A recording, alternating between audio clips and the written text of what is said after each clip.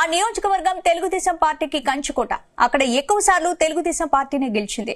గత అసెంబ్లీ ఎన్నికల్లోనూ అక్కడ తెలుగుదేశం ఎగిరింది. కానీ ఎన్నికల తర్వాత అక్కడ వైసీపీకి చెందిన ఓ నేత చేరికతో రాజకీయ ముసలం పుట్టింది. ఇన్నాళ్లు తెలుగు తమ్ముళ్లను ఇబ్బందులు పెట్టిన ఆయన్ను ఎలా చేర్చుకుంటారని సొంత పార్టీ లీడర్లే నారాజవుతున్నారు. ఇప్పుడు ఆయన యాక్టివ్ గా పాలిటిక్స్ చేస్తుండటంతో అక్కడ పొలిటికల్ వార్ తారస్థాయికి చేరుకుంది. ఇంతకీ ఈ రచ్చ ఎక్కడ జరిగిందో చూద్దాం.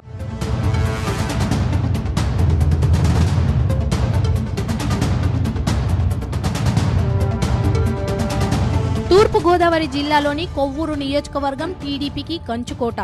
ఉమ్మడి రాష్ట్రంలో తెలుగుదేశం పార్టీ ఆవిర్భవించిన తర్వాత 1999, 2019లో మినహా ప్రతి ఎన్నికల్లోనూ అక్కడ తెలుగుదేశం పార్టీనే గెలిచింది.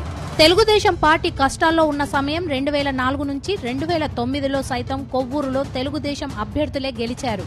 అలాంటి చరిత్ర ఉన్న కొవ్వూరులో టీడీపీని చేజేతుల పార్టీ అధిష్టానమే నాశనం చేసుకుంటుందన్న విమర్శలు వెలువెత్తుతున్నాయి.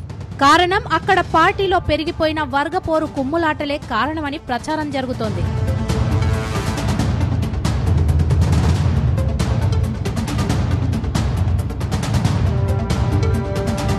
ఇక కొవ్వూరు నియోజకవర్గంలో దొమ్మేరు జమీందారులుగా పేరున్న పెండ్యాల వెంకట కృష్ణారావు అలియాస్ కృష్ణాబాబు, ఆయన సోదరుడు అచ్చిబాబు చెప్పిన మాటే వేదంగా అక్కడ చెల్లుబాటు అయ్యేది.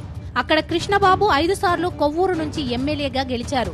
2009లో నియోజకవర్గాల పునర్విభజనలో భాగంగా కొవ్వూరు ఎస్సీలకు రిజర్వ్ అయ్యింది. అప్పటి నుంచి టీవీ రామారావు, కేఎస్ జవహర్, వైసీపీకి చెందిన తానేటి వనిత, ముప్పిడి వెంకటేశ్వరరావు కొవ్వూరు నుంచి గెలిచారు. వీరి గెలుపు వెనుక ఉన్నది పెండ్యాల కుటుంబమేనన్న ప్రచారం ఉంది.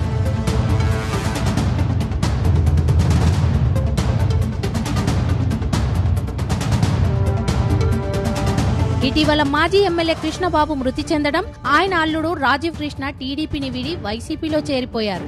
అయితే ఈ చేరిక తనకు తెలియకుండానే జరిగిందని స్థానిక ఎమ్మెల్యే ముప్పిడి వెంకటేశ్వరరావు తనను కలిసిన కార్యకర్తలతో చెప్పినట్టు తెలుస్తోంది. అటు అచ్చిబాబు కూడా అధిష్టానం వైఖరితో అలకబూనారు.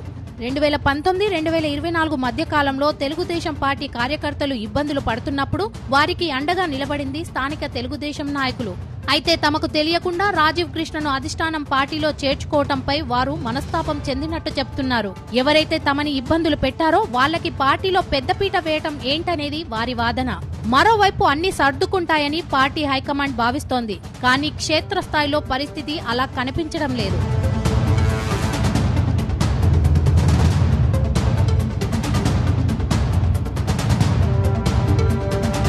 మరోవైపు మాజీ మంత్రి జవహర్ ను కొవ్వూరు టీడీపీలో ఒక వర్గం వ్యతిరేకిస్తోంది. ఇప్పుడు రాజీవ్ కృష్ణ, జవహర్ ఏకమయ్యారు అనేది వారి వెర్షన్. రాజీవ్ కృష్ణ, జవహర్ ఆశీస్సులతో సంక్రాంతి శుభాకాంక్షలు తెలుపుతూ ఫ్లెక్సీలు వేయటాన్ని సాక్ష్యంగా చెబుతున్నారు. నిజానికి 2024లో కొవ్వూరు సీటు తనకే అని జవహర్ భావించారు. 2019 ఓటమి తర్వాత టీడీపీలో బలంగా వాయిస్ వినిపించిన వాళ్లలో ఆయన ఒకరు. కానీ గోపాలపురం నుంచి వచ్చిన ముప్పిడి వెంకటేశ్వరరావుకు అధిష్టానం ఎమ్మెల్యే సీటు ఇవ్వటంతో జవహర్ సైలెంట్ అయ్యారు.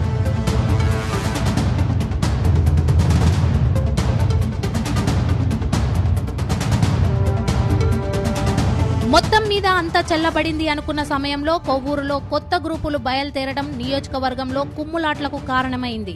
వైసీపీని ఇబ్బందులు పెట్టాలనుకునే ప్రయత్నంలో ఆ పార్టీ నాయకులను ఆకర్షించి సొంత పార్టీలో కుమ్ములాటలకు కారణమవుతున్నారు.